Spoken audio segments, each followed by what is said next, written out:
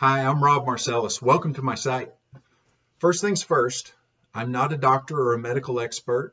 I have a degree in agriculture and an MBA, so I didn't launch this site to make medical recommendations, but simply to share my experience and hope that it'll help other people. Here's why. On April 10th, 2022, I was told I have 6 months to live and offered an introduction to hospice. 2 days earlier, my appendix had burst, and emergency surgery had revealed 3 golf ball sized tumors in the right colon. As it turns out, that was only the beginning. The stomach lining was described as studded with a blanket of tumors. 4 lymph glands were cancerous, and further scans revealed 9 more tumors in various parts of my midsection. And if that wasn't enough, then came the real surprise. This was appendix cancer, rare, stage 4B, with a KRAS mutation, resistant to both chemo and radiation. The oncologist said chemo might slow down the tumor growth and buy me as much as 2 years of time. But this cancer could not be killed with known medicines. And I had one major question. How could this have progressed so far and I hadn't had symptoms? But apparently, that's pretty common for appendix cancer. I expected a diagnosis. Instead, what I got was a death sentence. I'll admit it took a couple of days to absorb it all. My wife and I began talking about alternatives, not knowing anything. We just hoping that there might be something else out there. Although there were no pharmaceutical options for me, we didn't get any help from medical experts looking for alternatives. So we had to pursue it on our own. Prior to this, I would have never considered options like cutting all the sugar out of my diet or juicing fruits and vegetables every day, and certainly not cannabis. But suddenly, I felt like Van Helsing, desperately seeking the antidote for werewolf. With a terminal diagnosis, I decided just to take an all-in approach. I refused to rule out anything. In the hospital, we spent our available time prayerfully seeking options. For the absolute first time in my life, I considered using cannabis. More specifically, Rick Simpson oil, or RSO. The dose we found recommended was 1 gram a day for 60 days. Might take 30 days to build up to that, so 90 days total. We planned to get started as soon as we got home, and I decided that since my cancer was so advanced, I should probably take more than 1 gram a day for longer than 60 days. Well, after a couple weeks in the hospital and our 35th wedding anniversary that passed by, I came home with a wound vac attached to a gash down my middle that was about 2 inches wide, almost that deep. And home care had sent supplies to my house to last 12 weeks while that wound healed from the inside out.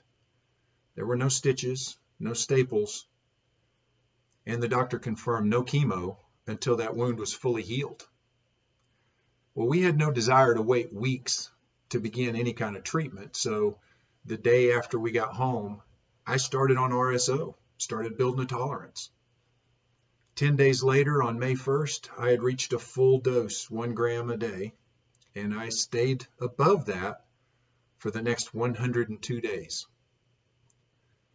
My wife figured out, shortly after I started taking it, she figured out that if she measured the RSO into gel caps, that I didn't have to taste it, and it also helped reduce the head high that I had gotten from it at the beginning when I was building up tolerance.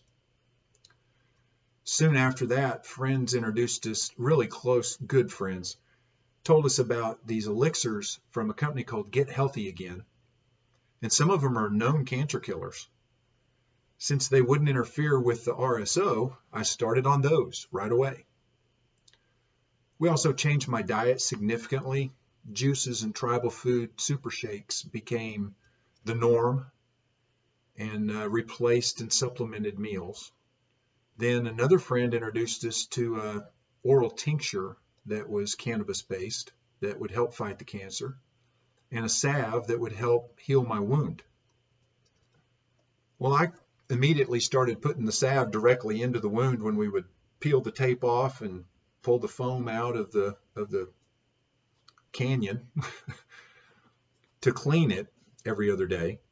I started putting the salve directly into the wound. To everyone's amazement, it healed in half the expected time. Just as importantly, and maybe more importantly, it actually sealed. A lot of them don't. Soon after that, we met with our new oncologist because the first guy that gave me the original diagnosis, I figured, if you believe you can't help me, then I have no use for you. So found another oncologist and quickly learned I'm not a candidate for the immunotherapies. Instead, he explained we could use oxaliplatin and 5-FU, very standard chemos, just to try and slow the growth of the cancer and maybe keep me alive long enough until they can figure out something that can kill this cancer. I'm always asked, Rob, why did you take chemo when you knew it couldn't kill the cancer? Ultimately, it came down to my original decision to go all in. If chemo could possibly slow down the growth, I had to try.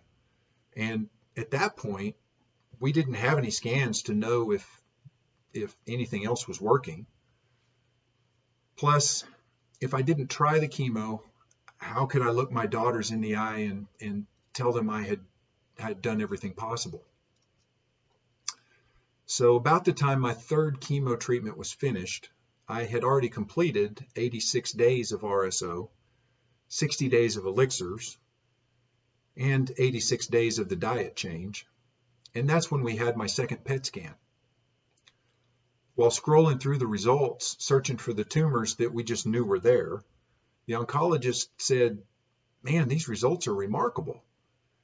And he had the old scan and the new scan side by side, and we're scrolling through the new one and finding where the exact same spot over here doesn't have a tumor that shows up over there.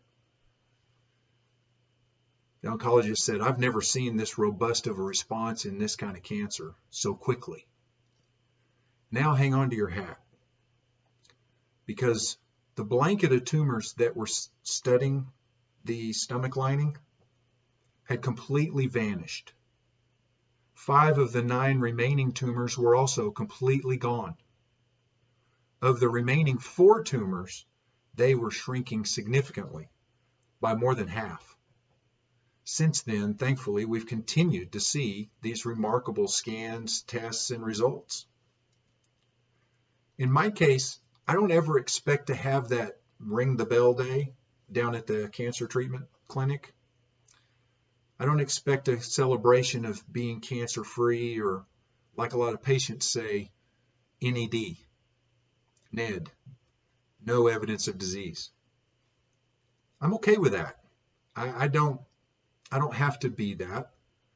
I suspended chemo after the 5th dose because it was actually making me sicker. But 6 months after being told I have 6 months to live, I feel better now than I did prior to my surgery. And I'm almost cancer-free. For the future, I plan to continue avoiding the chemicals and the DNA damage they can do, and stick with the natural treatments and foods that helped to bring the cancer under control and strengthen my body at the same time. Hopefully this site will help others avoid the weeks of agonizing research that we had to do to find the natural options. And my story's not over. Obviously, there's more to do, more time to buy. Please connect and use the connect link on the site here and send us your thoughts on the website, the information that's here, and your own story. And by all means, take care and God bless.